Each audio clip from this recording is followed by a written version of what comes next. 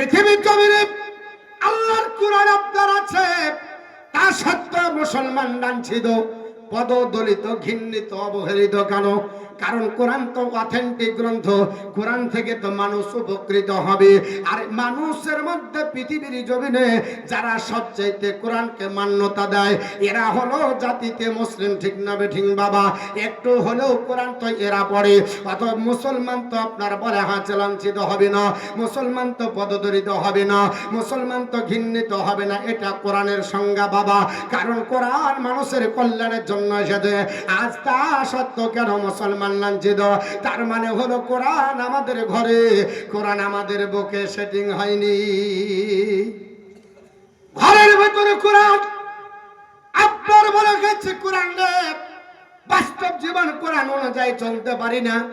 আল্লাহ direct একটু side, আল্লাহর কোরআন অনুযায়ী আপনার বাস্তব জীবন রূপায়ণ করতে পারি না। আল্লাহর কোরআন আপনার বলা হয়েছে আপনার মুখে, আপনার মুখে মুখে যদি বলি কোরআন মানি, এটার জন্য নয়। আল্লাহর নবী সাল্লাল্লাহু তাআলা আলাইহি ওয়াসাল্লাম বক্তৃতা করেছিলেন বাবা, আমার নবীর কোনোদিন বক্তৃতা মিথ্যা হবে না। হবে নাকি বাবা? আল্লাহর নবীর সাহাবারা আপনার শুনেছিলেন, আল্লাহর নবী বললেন সাহাবারা, আল্লাহর কোরআন এমন একটা অথেন্টিক গ্রন্থ, আল্লাহর কোরআন এমন একটা কিতাব, এই কোরআন অনুযায়ী জীবন যাপন যদি করো, এই কোরআন যদি তোমার মুখস্থ থাকে, কোরআন অনুযায়ী যদি আপনার চলাফেরা করো, এ আমার সাহাবারা, আমি রাসূলুল্লাহ বলছে শুনে রেখে দাও, তাহলে পৃথিবীর জমিনে যতই সমস্যা আসো ওই সমস্যার সমাধান আল্লাহর কোরআন দিয়ে করা যাবে। জোরে বলো সুবহানাল্লাহ। আল্লাহ সমস্যা থেকে উদ্ধার করবে। এমনকি পৃথিবীর জমিনে আল্লাহর নবী বলতে বলতে বলে দিলেন, এ আমার সাহাবারা, পৃথিবীতে যতই ফিতনা আসো সবচাইতে বড় ফিতনার নাম হলো দাজ্জালের ফিতনা। কি নাম বললাম বাবা? পৃথিবীতে যতই ফিতনা আসো সবচাইতে বড় ফিতনার নাম হলো দাজ্জালের ফিতনা। এই দাজ্জালের চাইতে বড় ফিতনা আর পৃথিবীতে কোনোদিন আসবে না বাবা, এখনো পৃথিবীতে নাই। আল্লাহ পাক কিয়ামত পর্যন্ত দাজ্জালের চাইতে বড় ফিতনা পাঠাবে না। অথচ দাজ্জালের ফিতনা থেকে যদি রক্ষা পেতে হয় মিসাইল ব্যবহার করে হবে না, আপনার বলা হচ্ছে আন্দোলন করে হবে না, আপনার বম্বাস্টিং করে হবে না, গুলি দিয়ে রাইফেল দিয়ে হবে না, আল্লাহর কোরআন দিয়ে হবে। এটা আমার নবী বলেছে। জোরে বল সুবহানাল্লাহ। আল্লাহর নবী ডাক দিয়ে বললেন, সাহাবারা, পৃথিবীর জমিনে আমি রাসূলুল্লাহ জানিয়ে দিচ্ছি, কোরআন তোমার আপনার হৃদয়ে গেঁথে নাও, আল্লাহর কোরআন পড়ো, আল্লাহর কোরআন স্টাডি করো। পৃথিবীর জমিনে সব সমস্যার সমাধান আল্লাহর কোরআন দিয়ে করা যায়। সাহাবীরা বলল, নবী গো, এর চাইতে জটিল সমস্যা পৃথিবীতে যদি আসে করা যাবে। হ্যাঁ, এমনকি আপনার দাজ্জালের ফিতনা আসলেও সমাধান করা যাবে। দাজ্জাল এত বড় ফিতনা, আল্লাহর নবী বলেছে 40 দিনে গোটা বিশ্বকে দাজ্জাল আপনার বলা হয়েছে ভ্রমণ করে মানুষের আপনার ইমানকে কমজোর করে, যারা আপনার কমজোর ইমানদার হবে এদেরকে ফিউজ করে ফেলবে। মাত্র 40 দিনে গোটা সফর করে কমপ্লিট করে ফেলবে। দাজ্জালের চুলগুলা কোকড়া হবে, আপনার এক চোখ কানা হবে, কপালের মধ্যে কাফের কাফের লেখা থাকবে, দাজ্জালের শরীরের রং লাল হবে। দাজ্জাল আপনার বলা আছে এত শক্তি আল্লাহ পাক পৃথিবীতে দেবে, দাজ্জালকে আপনার মুখে এত আল্লাহ পাক আপনার বলা আছে শক্তি দিবে যে আপনার বলা আছে জমিনের নিচে আপনার কিছু নাই, ওর আপনার জমি ফসল কোনোদিন হয়নি। দাজ্জাল বলবে যা আগামীতে, এই দাজ্জাল বলবে তোমার এই জমিনের ভিতর থেকে সোনা আপনার বের হবে। দাজ্জালের কথা দে সোনা আপনার বেরিয়ে যাবে, চাঁদি বের হবে, চাঁদি আপনার বেরিয়ে যাবে। যারা কমজোর ইমানদার হবে দাজ্জালকে আপনার মেনে নেবে। পৃথিবীর জমিনে মুসলমান এই দাজ্জালের ফিতনা থেকে যদি রক্ষা পেতে হয়, আল্লাহর নবী বলেছে, তাহলে তোমাকে আল্লাহর কোরআন পড়তে হবে। সাহাবী রাসূল পৃথিবীর জমিনে বললেন, ইয়া রাসূলুল্লাহ, কোরআন পড়লে হবে। নবী বললেন, সাহাবা, আল্লাহর কোরআন পড়লে হবে। পবিত্র কোরআন আপনার এমন একটা গ্রন্থ, দাজ্জালের ফিতনা থেকে রক্ষা পাওয়া যায়। হাদিসটি মুসলিম শরীফ, বিশ্ববিখ্যাত সাহাবী আবু দারদা তিনি বর্ণনা করেন, আন আবি দারদা আনিন নবী সাল্লাল্লাহু তাআলা আলাইহি ওয়াসাল্লাম মান হাফিজা আসরা আয়াতিন মিন আউয়ালি সূরাতিল কাহফ উসিমা মিনাদ দাজ্জাল। আল্লাহর নবী বললেন, সাহাবারা, পৃথিবীর জমিনে এমন আপনার বলা হয়েছে সমস্যা আসবে, এই সমস্যার সম্মুখীন আপনার দাজ্জাল যদি আসে, এই দাজ্জালের মোকাবেলা করার জন্য পৃথিবীর জমিনে আর আপনার অন্য কিছু লাগবে না, আল্লাহর কোরআন পড়ো। আপনার বলা হয়েছে মান হাফিজা আসরা আয়াতিল, যে আল্লাহর বান্দা কোরআনের 10টা আয়াত মুখস্থ করবে। কোন 10টা আয়াত? প্রথম মিন আউয়ালি সূরাতিল কাহফ, সূরা কাহফের প্রথম 10 নাম্বার। জোরে বল সুবহানাল্লাহ। আল্লাহর নবী বললেন, ইয়া রাসূলুল্লাহ, ইয়া রাসূলুল্লাহ, জিন্দাবাদ মাসলাক আলা হযরত জিন্দাবাদ, হযরত আল্লামা মাওলানা মতিউর রহমান সাহেব জিন্দাবাদ, খাজা কা দামান জিন্দাবাদ, গৌস কা দামান জিন্দাবাদ, নবী পাক কা দামান জিন্দাবাদ। নারে তাকবীর, আল্লাহ, নারে রিসালাত। ইয়া রাসূলুল্লাহ। আল্লাহর নবী বললেন, সাহাবারা, মান হাফিজা আসরা আয়াতিল মিন আউয়ালি সূরাতিল কাহফ উসিমা মিনাদ দাজ্জাল। এ আমার সাহাবারা, পৃথিবীর জমিনে আপনার সূরা কাহফের 1 থেকে 10 নম্বর আয়াত মুখস্থ করো। 1 থেকে 10 নম্বর আয়াত যদি মুখস্থ করো, আমি রাসূলুল্লাহ বলতেছি, তোমার বাড়িতে আপনার উসিমা মিনাদ দাজ্জাল, এই দাজ্জালের ফিতনা থেকে আল্লাহর কোরআন নিরাপত্তা দেবে। জোরে বলো সুবহানাল্লাহ। আজ পৃথিবীতে মুসলমানের ঘরে কোরআন, আর মুসলমান মুখে হ্যান্ডি প্লাস মেরে কথা বলতে পারে না। মুসলমান আপনার চিন্তা ভাবনা করছে, আমাদের কি হবে, আমাদের কি হবে, আমাদের যদি মুসিবত হয় আমরা কোথায় যাব। মুসলমান পৃথিবীর জমিনে আল্লাহর কোরআন বুকে ধারণ করুন, আল্লাহর কোরআন স্টাডি করুন, আল্লাহর কোরআন পড়াশোনা করুন। আপনার চিন্তা হবে না, আপনার ভাবনা হবে না, কারণ কোরআন থেকে সব সমস্যার সমাধান করা যায়।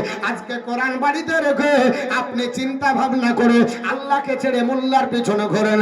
আল্লাহ পাক বলে দিয়েছে, এ আমার বান্দা বান্দিরা, ওয়ামাইয়াত্তাকাল্লাহু ফাহুয়া হাসবুহু, যে ব্যক্তি আল্লাহর উপর ডিপেন্ড করে আমি আল্লাহ তার জন্য যথেষ্ট। জোরে বল সুবহানাল্লাহ। আল্লাহ যদি যথেষ্ট হয়ে যায়, আমার মোল্লার কোনো দরকার আপনার হবে না। হবে নাকি? আল্লাহ পাক যদি আমার হয়ে যায়, মোল্লার কোনো দরকার নাই। কোরআন যেহেতু আল্লাহর, হয়ে যাব আমি আল্লাহর, আমার আল্লাহ হয়ে যাবে। বান্দাকে আপনার বলা হয়েছে আল্লাহ মাদাদ করবে। এর শিক্ষাটা নবী আমার পৃথিবীর জমিনে বদরের বান্দরে দেখিয়ে দিয়েছে আঙ্গুল দিয়ে। সাহাবারা শুনে রেখে দাও, আমরা 313 হতে পারি, 1000 তারা হতে পারে, তবে ভয় করবে না, আমাদের সঙ্গে আল্লাহ আছে। আমার আল্লাহ পাক ডাক দিয়ে বলেছে, ইয়া আইয়ুহাল্লাযিনা আমানুস্তাঈনু বিস-সাবরি ওয়াস-সালাহ ইন্নাল্লাহা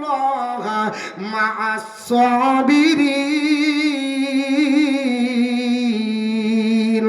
আমার আল্লাহ পাক বলেছে, বান্দা বান্দি, আমি আল্লাহর কাছে যখন চাইবে নামাজ পড়ে ধৈর্য ধারণ করে চাও। আল্লাহ পাকের কাছে চাইতে গেলে আপনার নামাজটা আগে লাগবে। মুসলমানের পরিচয় যেহেতু নামাজ, ইমানদার, নামাজ পড়ে ধৈর্য ধারণ করে আল্লাহর কাছে চান। আল্লাহ পাক বলে, ইন্নাল্লাহা মা'আস-সাবিরিন, নিশ্চয় আমি আল্লাহ পাক সবরকারী ব্যক্তিদের সঙ্গে আছে। অপর জায়গায় মহান আল্লাহ পাক সূরা বাকারার 45 নম্বর আয়াতে বলে, ওয়াস্তাঈনু বিস-সাবরি ওয়াস-সালাহ। আল্লাহ পাক ডাক দিয়ে বলে, তোমরা যখন আমি আল্লাহর কাছে চাইবে নামাজের মাধ্যমে ধৈর্য ধারণ করে চাও। আপনারা বলে হয়েছে, ওয়া ইন্নাহা লাকাবীরাতুন ইল্লা আলাল খাশিঈন। আল্লাহ পাক কোরআনে বলেছে, নিশ্চয় নামাজ পড়ে ধৈর্য ধারণ করে আল্লাহর কাছে চাওয়াটা কঠিন কাজ, তবে সবার জন্য নয়। যারা আপনার মুখলিস বান্দা হবে, আল্লাহর খালিস বান্দা হবে, নবী পাকের যারা গোলাম হবে, এরা নামাজ পড়ে আল্লাহর কাছে দোয়া করে বলবে, অত ইজ্জু মানতাসা অত জিল্লু মানতাসা।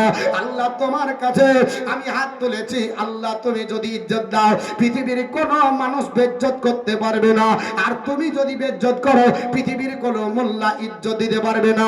আল্লাহর কাছে দোয়া করো, কিন্তু আগেই বলেছি 95টা বেনামাজি নামাজ না পড়ে আপনার হুররা দিয়ে মাথায় টুপি আর পাঞ্জাবি পরে বলছে কি আমরা মুসলমান, মাথায় টুপি আর পাঞ্জাবি আর আপনার জুব্বা পরে লাইনে দাঁড়িয়ে গেলে মুসলমান প্রমাণ করা যায় না। মুসলমান পৃথিবীর জমিনে মুসলমান আপনার হবার জন্য অনেক কিছু শর্ত প্রমাণ হয়। এরা হচ্ছে নামধারী মুসলমান। আল্লাহ পাকের আপনার কাঠগড়ালে দাঁড়িয়ে গেলে সব আপনার বলা হয়েছে কাটছাট হয়ে বাদ হয়ে যাবে। কারণ পৃথিবীর জমিনে অনেক দাড়ি রাখা লোক দেখা যায়, এরা তো মুসলমান ছিল না। আপনি দাড়ি টুপি আর আপনার পাঞ্জাবি দিয়ে যদি বিচার করেন, রণজিৎ সিং মুখে দাড়ি রেখেছিল, মুসলমান বলা চলে না। উমেশ চন্দ্র বন্দ্যোপাধ্যায় দাড়ি রেখেছিল, মুসলমান বলা চলে না। সুরেন্দ্রনাথ বন্দ্যোপাধ্যায় দাড়ি রেখেছিল, মুসলমান বলা চলে না। আপনার বলা হয়েছে পৃথিবীর জমিনে রামকৃষ্ণ পরমহংসদেব মুখে দাড়ি রেখেছিল, মুসলমান বলা চলে না। পাহিয়ানের মুখে দাড়ি ছিল, মুসলমান বলা চলে না। সীমান্ত গান্ধী দাড়ি রেখেছিল, মুসলমান বলা চলে না। গোপাল কৃষ্ণ গোখলে আপনার বলা হয়েছে দাড়ি রেখেছিল, মুসলমান বলা চলে না।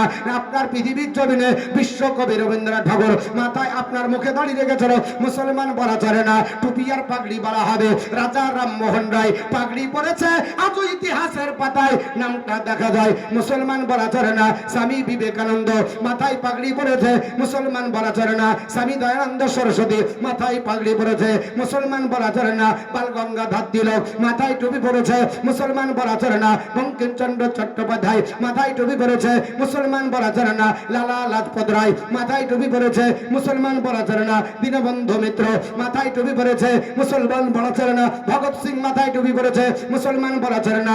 দিল্লি চলো বলে আজও আহ্বান করে আঙ্গুল তুলে মূর্তি সেজে বসে আছে, নেতাজি মাথায় টুপি পরেছে, মুসলমান বলা চলে না। স্বাধীন ভারতের প্রথম প্রধানমন্ত্রী পণ্ডিত জওহরলাল নেহরু মাথায় টুপি পরেছে, মুসলমান বলা চলে না। স্বাধীন ভারতের প্রথম রাষ্ট্রপতি ডক্টর রাজেন্দ্র প্রসাদ মাথায় টুপি পরেছে, মুসলমান বলা চলে না। মুসলমান হতে গেলে আল্লাহর ইচ্ছার কাছে আত্মসমর্পণ করতে হবে। আল্লাহর কাছে চাইবে বান্দা আমি আল্লাহ দেব, আমি আল্লাহ দেব না বলিনি, কিন্তু আমি আল্লাহর কাছে চাওয়ার মতো চাই। খোদা তোমায় ডাকতে জানি না, আরে ডাকার মতো ডাকিলে খোদা কেমনে শুনলেন না।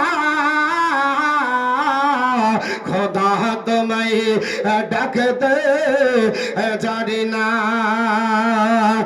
ডেকেছে না নবী ওহলি খোদার সানে গেছে মিহিলি দিয়েছে না পরে দেখলে এসিকে রাহবা না।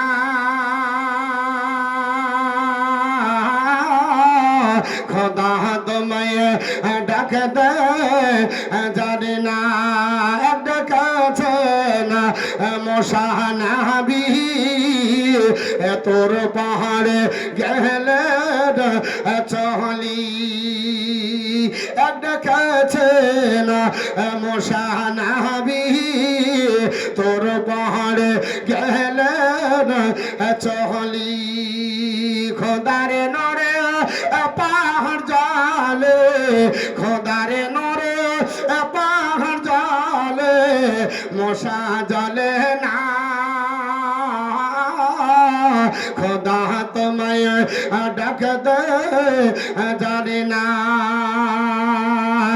ডেকেছে না ইব্রাহিম নবী নমরুদের আগুনে পড়ি, আগুন হইল ফুল বাগিচা, আগুন হইল ফুল বাগিচা, পশম জলে না।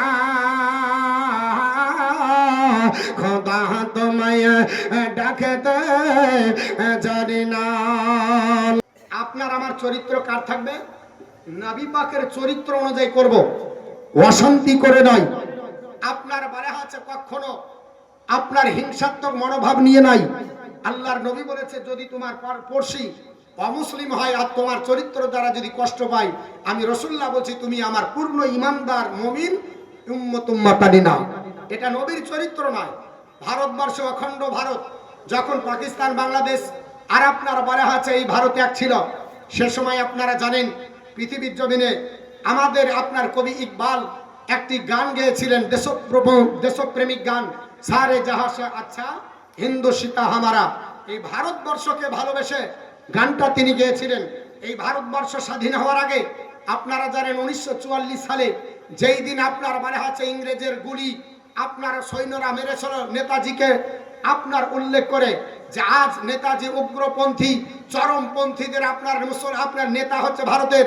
অতএব এই নেতাজিকে যদি দগ্ন করে দেওয়া যায় তাহলে ভারতে আপনার ভারতবাসীরা কমজোর হয়ে যাবে আর সারা জীবন ইংরেজরা রাজত্ব করবে। ইংরেজ আপনার সৈন্যর দল থেকে ক্যাপ্টেন লক্ষ্য করে একটা তীরবিদ্ধ করতে চেয়েছিল, আর আপনার বলে হচ্ছে নেতাজির সিনাকে আপনার ইন্ডিকেট করেছিল। কি আপনার বলে হচ্ছে সেই গুলিটা বিদ্ধ হবে নেতাজির আপনার বলা হচ্ছে হৃদয়ে। মুসলমানরা হিংসাত্মক মনোভাব যদি নিয়ে থাকতো, ভারতবর্ষের স্বাধীনতার ইতিহাস আপনি বলা হয়েছে একটু আলগা করুন। সেই দিন একজন চাবড়িয়া নেতাজিকে ধরেছিলেন, সেদিন চ্যাটার্জি ব্যানার্জি মুখার্জি ছিলেন না, নেতাজির পাশে যিনি বুক চাপড়িয়ে নেতাজিকে ধরে আপনার নিজের শরীরের পিঠে তীরটা আপনার গুলিটা বিদ্ধ করেছিলেন, ওই লোকটির নাম হলো আপনার বলা হচ্ছে নিজামুদ্দিন। কি নাম বললাম?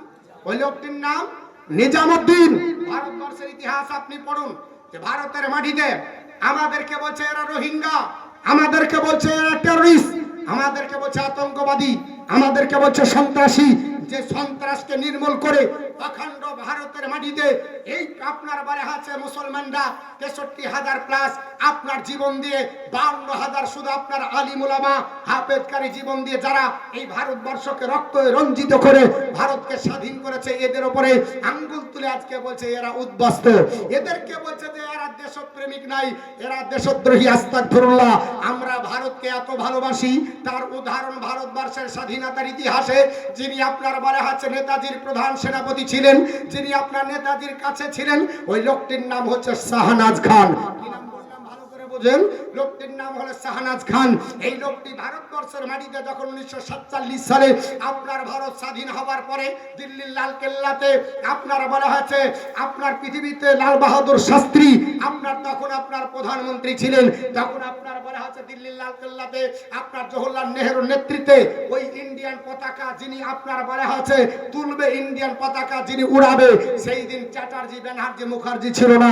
দিল্লির লাল কেল্লাতে ওঠার মতো সাহস একজনে জুগিয়েছিলেন, তার নাম হলো শাহনাজ খান। কি নাম বললাম? তার নাম হলো শাহনাজ খান। লাল বাহাদুর শাস্ত্রীর আপনার বলা হয়েছে আমলে কেন্দ্রীয় তিনি মন্ত্রী হয়েছিলেন, ওই লোকটির নাম হলো আপনার শাহনাজ খান। ভারত আর পাকিস্তান এক হয়ে গেল, ওনার জমি জায়গা সব পড়ে গেল পাকিস্তানে, আর আপনার শাহনাজ খান আপনার ভারত থেকে তাকে জিজ্ঞাসা করলে আপনি ভারতে থাকবেন না পাকিস্তানে যাবেন?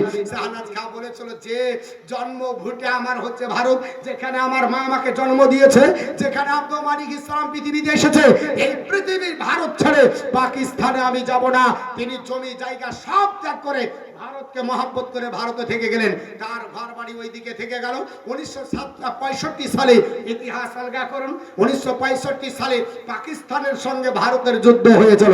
1965 সালে ভারতের সঙ্গে পাকিস্তানের যুদ্ধ হলো, তখন আপনার বলা হচ্ছে পাকিস্তানের সেনার ক্যাপ্টেন হয়েছিল এই শাহনাজ খান ছেলে, আর শাহনাজ খান তখন হচ্ছে কেন্দ্রীয় আপনার মন্ত্রী লাল বাহাদুর শাস্ত্রীর আমলে।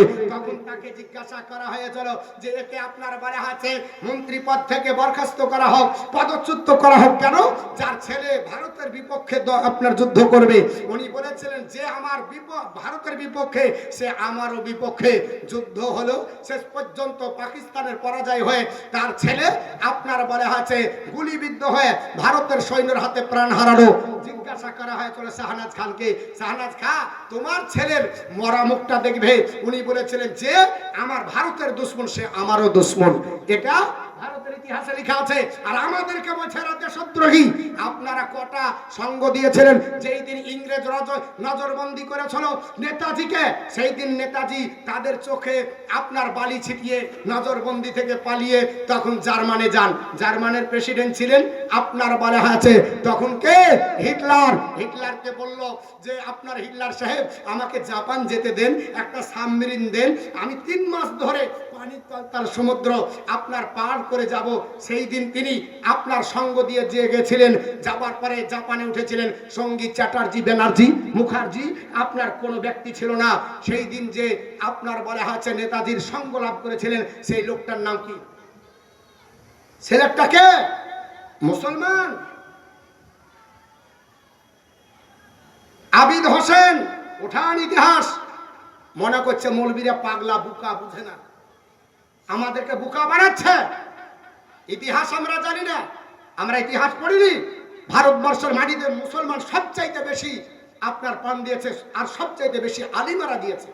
আর আজকে বলছে এরা রোহিঙ্গা, আজকে বলছে এরা দেশদ্রোহী। আমরা দেশদ্রোহী না, দেশপ্রেমিক গান আমরা গেয়েছি, এবং এটাও লেখা আছে হাদিস লাই, তবে এটা লেখা আছে ইউহিব্বুল ওয়াতনি ফিল ঈমান। এটা হাদিস না, কিন্তু একটা কন্ডিশন যে নিজের মাতৃভূমিকে ভালোবাসে ঈমানের অঙ্গ। আমরা দেশকে ভালোবাসি, আমরা দেশকে শ্রদ্ধা করি, আমরা দেশের কানুনকে মানি, আমরা ভারতবর্ষের সংবিধানকে মাথার তাজ বলে মানি। তবে যদি কোরআন বিরোধী হয় তাহলে মানতে পারবো। ভালো করেন, কোরআনের যদি বিপক্ষে যায় মানবো না।